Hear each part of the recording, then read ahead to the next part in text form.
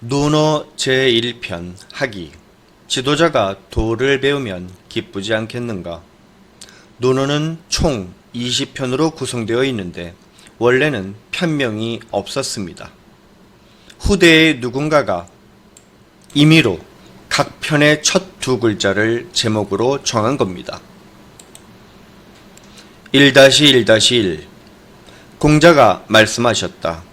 지도자가 도를 배워서 새가 첫 비행에 성공하기 위해 끊임없이 날갯짓하듯 부단히 도를 실천하려 애쓴다면 나라가 평온하고 백성들이 행복해할 테니 이 또한 지도자로서 기쁜 일이 아니겠는가.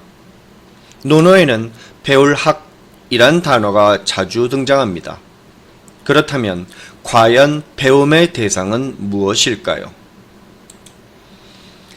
하늘이 명한 것을 타고난 천성이라 하고 타고난 천성을 따르는 것을 도라 하며 도를 닦는 것을 가르침이라고 한다. 예기 중용. 도라는 것은 타고난 천성을 따르는 것이므로 타고난 성질을 바꾸려 들거나 억지로 하면 도가 아님을 알 수 있습니다. 또 다음 기록을 살펴보죠.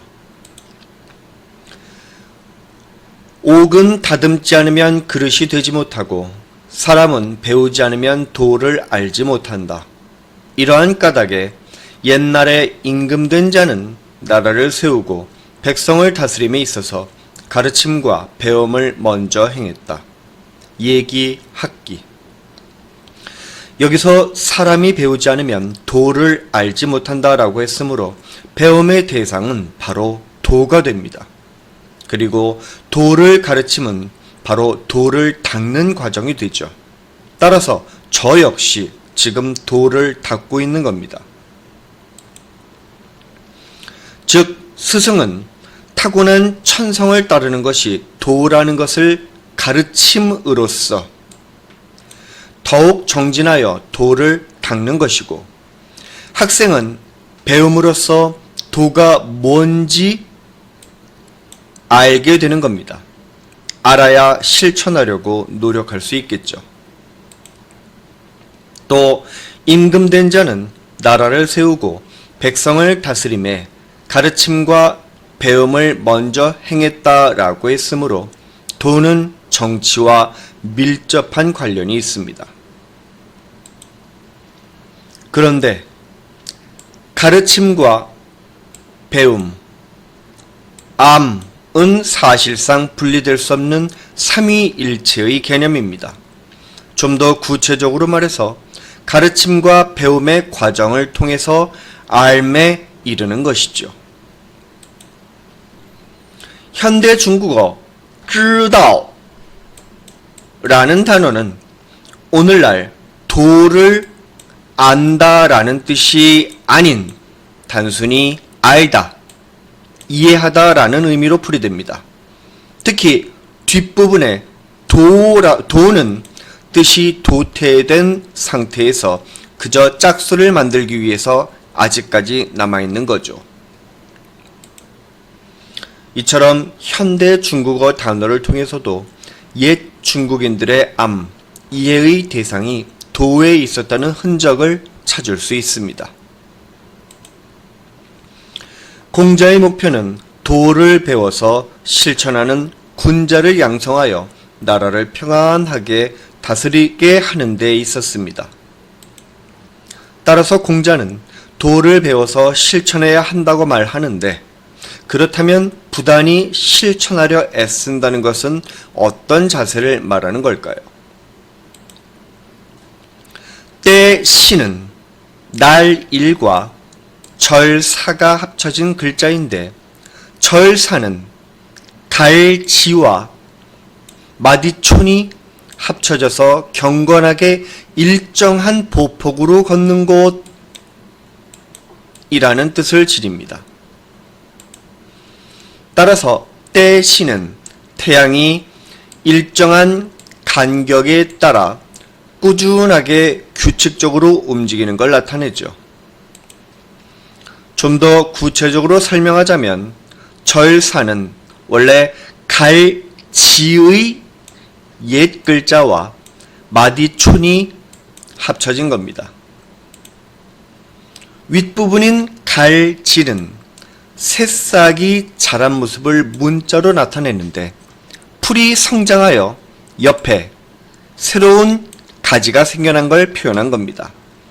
왼쪽과 오른쪽의 두 싹 높이가 다르다는 건 그만큼 시간이 지나간 것이라는 뜻이지요.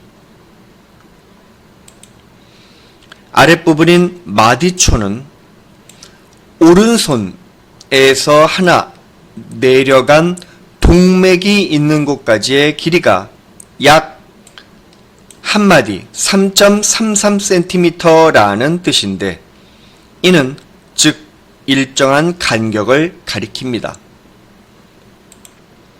따라서 절사는 경건하게 일정한 보폭으로 걷는 것이나 그래야 하는 장소를 뜻하고 태양이 그렇게 간다는 뜻을 지니는 떼시는 꾸준히 규칙적으로 계속 움직이는 걸 말하죠.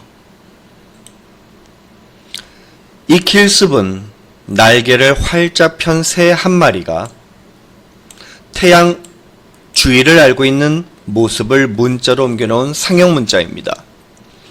그런데 문제는 새가 높은 하늘을 자유자재로 날기 위해서 먼저 어떤 과정을 거쳐야 할까요? 나무 위 둥지에서 어미가 주는 먹이를 먹으면서 자라는 새끼 새들은 몸에 털이 나기 시작하면 곧 날갯짓을 시작하죠. 왜냐하면 둥지를 떠나는 첫 비행에서 실패하면 추락해서 죽거나 또는 운이 좋아 살아남더라도 날개가 부러져 결국 다른 동물들의 먹잇감이 되기 때문입니다.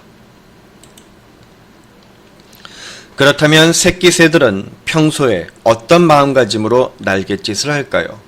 심심할 때마다 이따금 몇 번씩 할까요?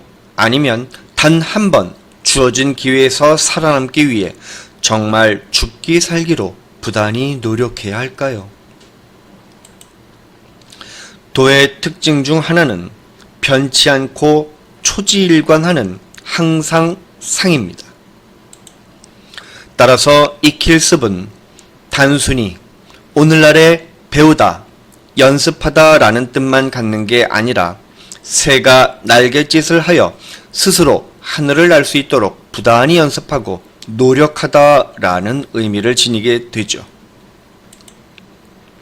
결국 이 말은 초지일관하는 마음으로 노력해서 도를 배우는 상의 자세를 강조하고 있어요. 즉 바로 앞의 떼시와 마찬가지로 규칙적으로 꾸준히 계속 한다는 의미를 지닌다는 걸 알 수 있습니다. 그럼 지도자가 이처럼 쉬지 않고 도를 배워서 실천하려 노력하는 모습이 어떤 것인지 예를 들어볼까요?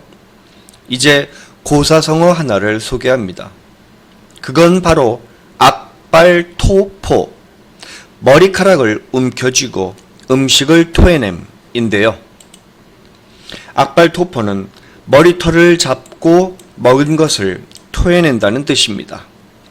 주나라 무왕의 동생 주공이 머리를 감다가 나랏일을 논하기 위해서 손님이 찾아오면 그가 기다릴 것을 염려해 머리채를 쥐고 나와서 만나고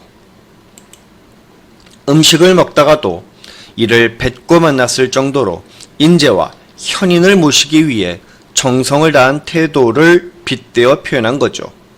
그래서 오늘날 이 성어는 민심을 바로잡고 나랏일을 돌봄에 조금도 해이함이 없는 자세를 뜻합니다. 지도자가 이런 자세로 다스리는데 정치가 바로 잡히지 않을 나라가 있을까요? 또 그러면 행복해하지 않을 국민들이 있을까요? 그리고 그런 모습을 바라보는 지도자는 당연히 기뻐하겠죠. 1-1-2 그렇게 되면 자연스레 나라 밖의 본래 백성이 아닌 많은 사람들이 우리나라가 살기 좋다는 소식을 듣고 몰려와서 지도자를 따를 터이니 이 또한 지도자로서 즐거운 일이 아니겠는가. 지금까지 많은 사람들이 무리붕을 벗붕으로 해석해서 멀리서 친구가 찾아오면 또는 멀리서 자기와 뜻을 같이 하는 이들이 찾아오면으로 해석해 왔습니다. 그런데 그렇게 해석하면 바로 앞 구절과 내용상 연결이 되지 않습니다. 게다가 멀리 사는 친구가 찾아와야 기쁘다는 말인데, 그럼 가까이 사는 친구가 찾아오면 기쁘지 않은 걸까요? 무리붕은 본래 여러 개의 조개 껍데기들을 실로 꿰는 모습을 문자로 옮긴 상형 문자입니다. 개오직과의 카우리 조개는 화려하고 광택이 나는 껍데기로 인해서 예로부터 귀히 여겨졌죠. 그래서 사람들은 카우리 조개 껍데기 가운데에 구멍을 내어 실로 꿰어 화폐로 썼다는 것은 정설로 인정받는답니다. 특히 논어의 다른 구절에서 친구라는 단어는 모두 붕우나 벗우 또는 예구로 표현하고 있죠. 이제 다음 구절도 함께 살펴볼까요?